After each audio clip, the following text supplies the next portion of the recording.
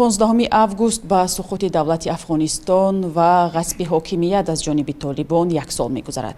Дар ин муддат вазъи сиёсиву иқтисодӣ ва иҷтимоии мардуми Афғонистон тағйир ёфт.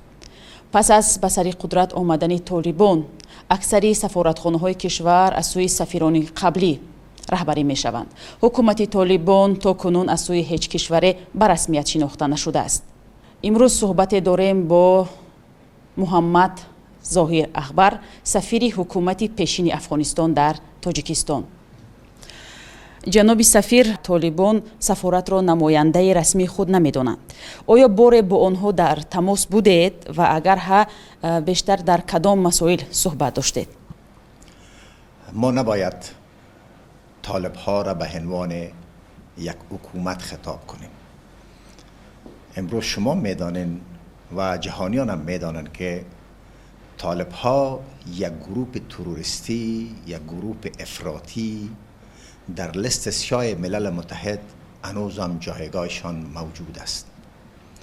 من فکر میکنم که مبارزه 20 سال نیروهای ناتو و به خصوص ایالات متحده آمریکا و حضورشان در افغانستان به خاطر حضور گروه‌های تروریستی در افغانستان بوده. در این شک نیست که طالبان امروز در حرازی افغانستان مستقر هستند، ولی در قلب‌های مردم افغانستان تا بالا مستقر نشدند. شما هر روز مبارزات مردم ما را می‌بینین، استادگی مردم ما را می‌بینین. از روزی که طالب‌ها آمده افغانستان ولایات مختلف به یک زندان خانگی تبدیل شده. در این شک نیست که برای طالبان همیت آمده. طالبانی که در طول سالان متمادی خون هزاران انسان را ریختن و امروز میخواهند که بالای قلبای مردم افغانستان حکومت بکنن که اونا به هیچ صورت حکومت شده نمیتونن و ادامه داده نمیتونن. یعنی شما تا امروز با این حکومت طالبان تماس نداشتید و همزمان بگویید که کدام کشورها به شما همچون سفیر مراجعت میکنن؟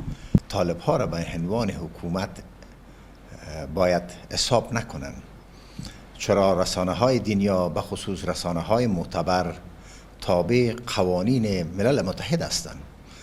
اونا در هیچ گوشه دنیا پرچمشان در اهتزاز نیست. امروز در ملل متحد اونا کدام نمایندگی ندارن، بلکه نمایندگی مردم افغانستان است. اونها از یک انتخاباتی که از آرای مردم با وجود آماده باشه به عنوان حکومت نیستن. اونا نه امارت هستن، نه حکومت اسلامی هستن، نه جمهوریت هستن، بلکه یک گروه یاغی و در لیست سیاه ملل متحد امروز در کابل هستن. من به خود ننگ میدانم که با کسایی که خون هزاران انسان را ریختانده، بخصوص از ژورنالیستانی را که در طول 20 سال اینا انفجار دادن، خانوادهایی که امروز فرزندایشان معلوم نیست، نیروهای مسلحی که به خاطر ما جنگیدن و امروز ما بیایم با طالب بگوییم بله که حکومت شما بر حق است و ما ناحق هستیم.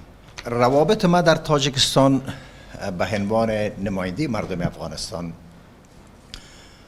هم با دولت تاجیکستان هم با سایر نهادهای بین المللی کما فی السابق جریان دارد. ما در تمام مراسم ملی و بین المللی سفارتخانه ها مهمان میشم. هر مراسمی که ما در سفارت می داشته باشیم سفرای محترم حضور پیدا میکنن و تا به حال که با شما صحبت میکنم مرا به عنوان نماینده مردم افغانستان میشناسم.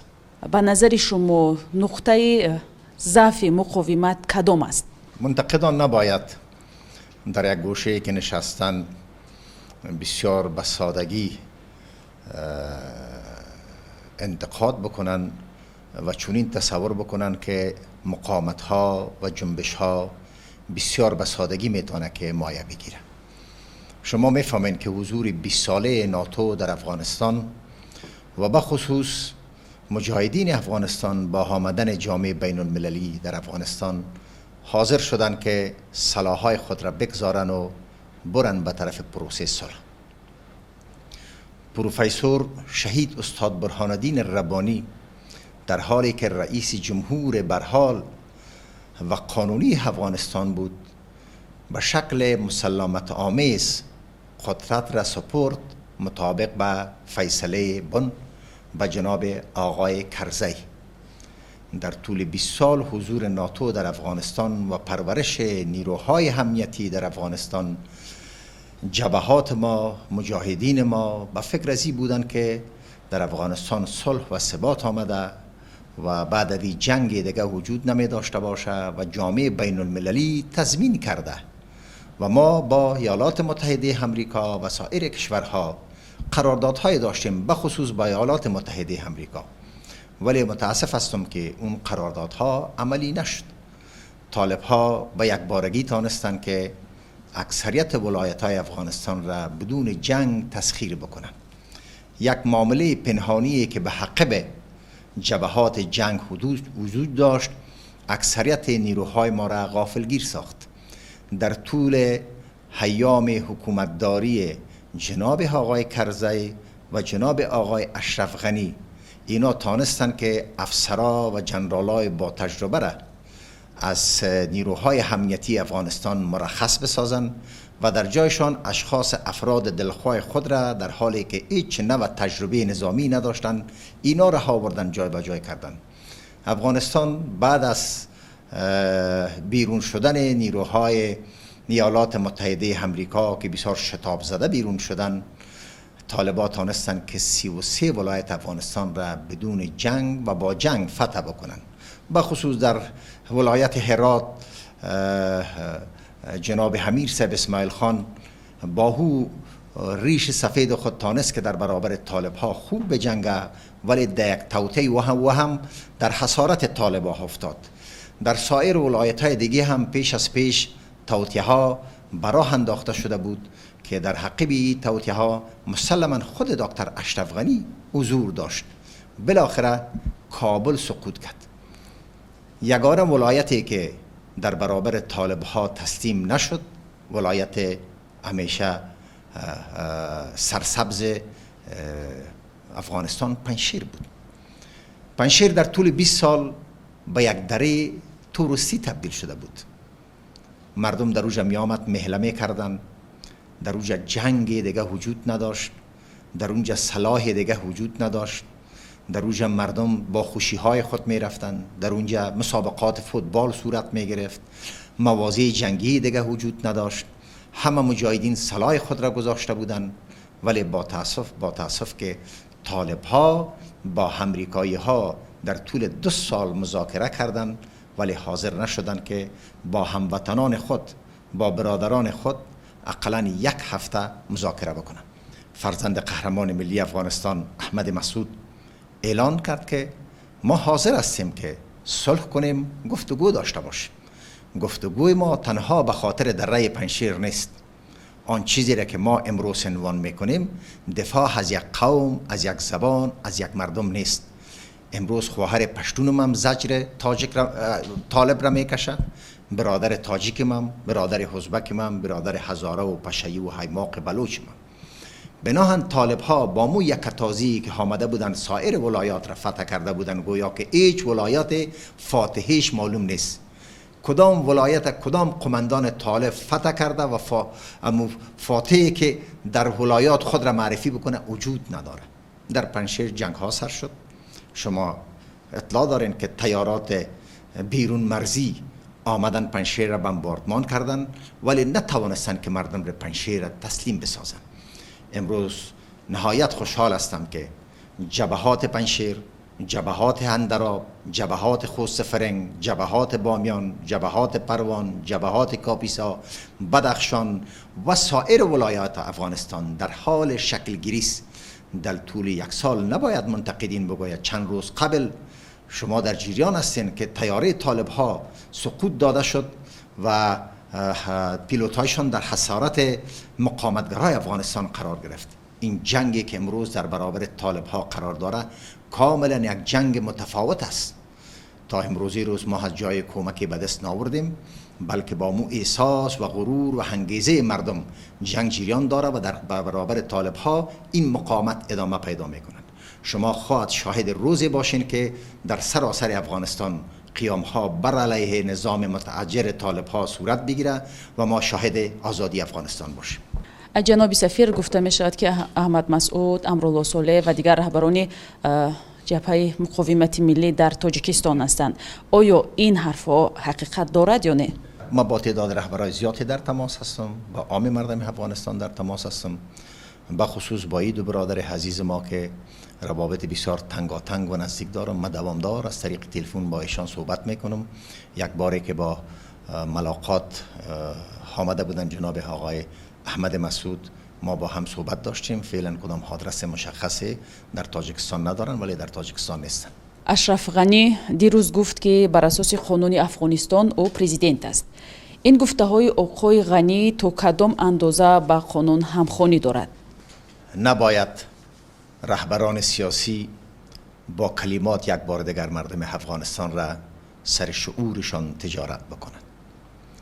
واقعا اگر من این وضع اشرف غنی می بودم، یا خودکشی می کردم یا کشته شدن ترجیح می دادم و یا در زندان طالب ها باید قرار می داشتم.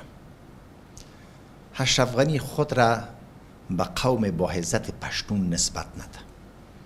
خیانت و جفایی را که دکتر اشرف غنی در حق مردم پشتون کرده، در حق دیگه اقوام نکرده. دکتر اشرف غنی اول خو رئیس منتخب افغانستان نبود، بلکه در یک تقلب آمده بود. در این شکی نیست که او را پذیرفتیم ما، حکومتش ادامه داشت، ولی دکتر اشرف غنی افغانستان را ترک کرد و مردم افغانستان را رها کرد. امروز زن، مرد، پیر، جوان در گلم ماتم نشستند در افغانستان. بعد از یک سال بعد با کدام عزت، با کدام حرمت، با کدام قیافه در برابر رسانه ها ظاهر میشه، با کدام افتخار؟ باز میخواه که مسائل قومی را دامن بزنه، باز میخواه که به مردم چنین وانمود بسازه که این یک قهرمان است. بلکه اشرف غنی یک خائن ملی هست. اشرف غنی سارق ثروت ملی افغانستان است. اشرف غنی تفرقه را در بین اقوام چاق ساخت. اشرف غنی قاتل هزاران جوانی که به خاطر جمهوریتش دفاع کرد، قاتل از اوناست. اشرف غنی قاتل هزاران انسان بیگناهی که در صفوف طالب بوده، توسط تیارات امریکایی بمباردش کرده، به قمانده دکتر اشرف غنی بوده. بنان در طول یک سال اشرف غنی مفقود بود و بعد از یک سال با یک رسانه به نام و به نشان که قبلا خودش کوردینه و اماهنگ کرده ظاهر میشه و مصاحبه میده. بناهن سرپرست ریاست جمهوری را مطابق به قانون حساسی افغانستان ما جناب آقای صالح را اعلان کردیم. بنان هیچ نوع مشروعیت دکتر اشرف غنی به عنوان رئیس جمهور نداره و خوشبختانه که طالبان از این مشروعیت برخوردار نیستند.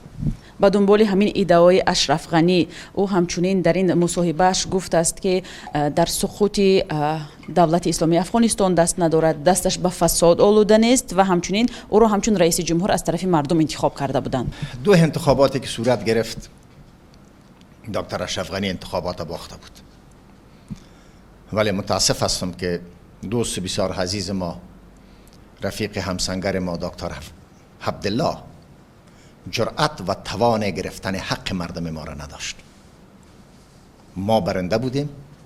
آرای مردم افغانستان به صندوق دکتر عبدالله بود که او صندوق دکتر عبدالله یک پرچمی بود که مردم افغانستان از او حمایت میکرد، نه دکتر عبدالله.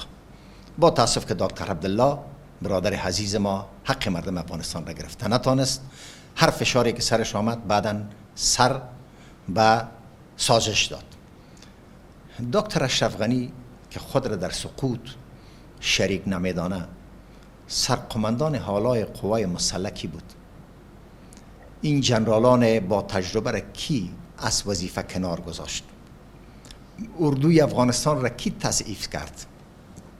اشخاص افراد بی تجربه را که یک روزم در نظام عسکری و در نظام جنگی کار نکرده بودند، اینا را دکتر اشرف غنی با دادن رتب عسکری از کجا پیدا کرده بود؟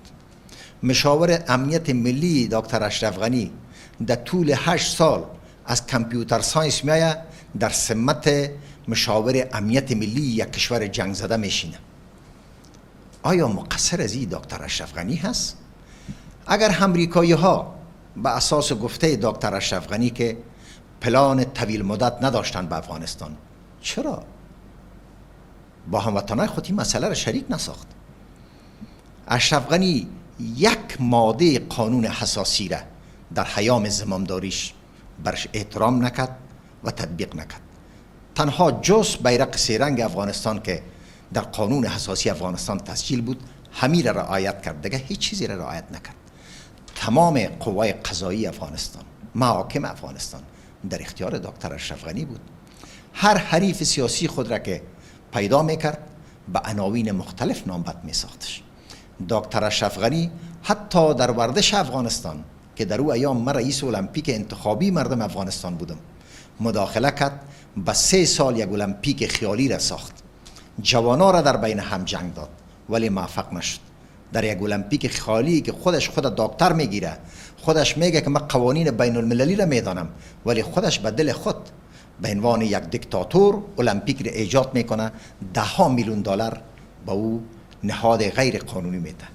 دکتر اشرف غنی که از فساد گپ میزنه، آیا عامل فساد دکتر اشرف غنی بوده یا مردم افغانستان بوده؟ دکتر اشرف غنی کدام هویت سابقه در افغانستان نداشت، یک آدم هادی بود. دکتر اشرف غنی که ادعا میکنه آقای کرزی میگه که در سر تانگای امریکایی آمده که در او شک نیست، خودش در کدام تانگ آمده؟ خودش هم پایدان کشال تانگ ها بوده که آمده. از بین آرای مردم دکتر اشرف غنی نخسته. بناهن عامل سقوط افغانستان دکتر اشرف غنی است. رابطه سفارت با افغان‌های مقیم تاجیکستان چگونه است؟ آنها چی مشکل دارند و آیا شما شماره دقیق پناهندگان افغانستانی در تاجیکستان رو در دست دارید یا نه؟ من خود در قدم اول سپاسگزاری میکنم از رهبری دولت تاجیکستان، بخصوص از جناب حالی که سیاستشان در قبال مردم افغانستان هم در مقامت اول هم در مقامت دوم یکسان بوده. واقعا بعضی همسایه ها بر ما انتحاری و انفجار و انتحار میفرستند، بعضی همسایه ها بر ما محبت و همکاری میفرستند. در تاجیکستان هیچ افغانستانی خود مهاجر فکر نمیکنه.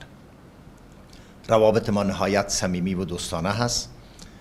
زمینه تحصیل، زمینه کار، همان طوری که به فرزندای تاجیکستانی ما مساعد است و فرزندای افغانستانی هم مساعد است. تعداد پناهندگان در اینجا به شکل توریست است. فرزندای اواخر بالاتر از 4000 خانواده پرواز کردن رفتن به کشورهای دیگه. بعض وقتا تعدادشان بیشتر میشه، بعض وقتا تعدادشان کمتر میشه، ولی بالاتر از 10,000 پناهجو فعلا در تاجیکستان حضور دارن. مشکلات بسیار جدی ندارن و ما سفارت ما به عنوان یک افغانستان کوچک است، مربوط به تمام حدبای افغانستان است. هیچ وقتی سفارت تنظیم، سفارت گروه، سفارت قومی نبوده و نمی باشه. سری چند وقت اخیر در رسانه ها این خبرها نشر می شوند که طالبان به حکومت تاجیکستان تهدیدها می کنند. به نظر شما تا کجا می توان این تهدیدها جدی قبول کرده شد؟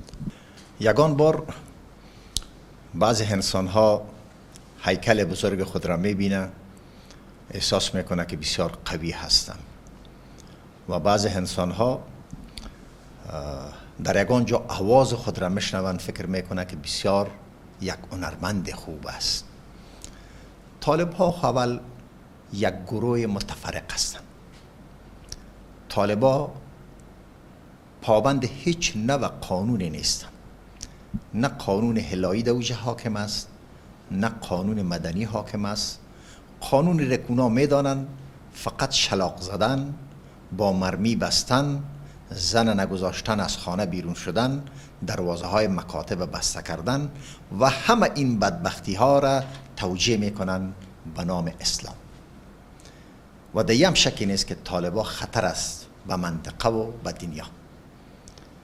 ما همیشه گفتیم، یک بار دیگر میگیم که جنگ افغانستان، مقاومت ما در برابر طالب ها تنها برای مردم افغانستان نیست، بلکه مقاومتگرای افغانستان فعلا و کسانی که در سنگرهای قلم می جنگن، کسایی که در سنگرهای گرم جنگ می جنگن، دفاع از بشریت است، دفاع از انسانیت است، دفاع از عدالت است.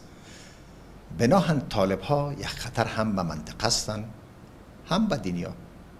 میتونن انفجار بتن، خود را بکفانن، مردم را بکشن، ولی طالب ها امروز عامی اصلی تروریست های بین المللی هستند. ҳафтаи гузашта расонаҳо аз кушта шудани алзавоҳири раҳбари гурӯҳи алқоида хабар доданд. назари шумо ба ин чӣ аст? همیشه سخنگوی طالب ها و وزیر خارجه طالبا به اصطلاح وزیر خارجه در حالی که در لیست سیاه تروریست ها اسمش داخل است. چندین سفر داشتن به کشورهای مختلف، با کشورها بسیار با زبان شیرین صحبت کردند که ما دیگر هیچ گروه القاعده و داعش و انصار الله و لشکر طیبه و جنبش اسلامی ازبکستان و سایر گروه های تروریستی را ما حمایت نمی کنیم و در بین خود جا نمیدیم. در حالی که همه از اینا از یک مکتب فارغ شدن، افکار از اینا یک افکار است، منتها لباس هایشان کمتر تغییر داره. هیچ نوع تفاوتی را شما در بین از اونا پیدا کرده نمیتونید. اینها میگفتن که هیچ گروه تروریستی در افغانستان وجود نداره. شما وقتی که اسامه بن لادن را در مرکز پاکستان پیدا کردین و ایالات متحده آمریکا ای توان پیدا کرد که اسامه بن لادن را در پاکستان از بین ببره، ولی آمریکا ای توان هم داره که امروز گروه های تروریستی را در داخل افغانستان مورد اصابت مرمی یا راکت قرار میده. بناهن خوب است که جهانیان متوجه شدن و این حرکت جهانیان یک طرفه نباشه، یعنی دوگانه نباشه. اگر الزواهری تروریست بود، هر کسی که به الزواهری جا داده بود او هم تروریست است.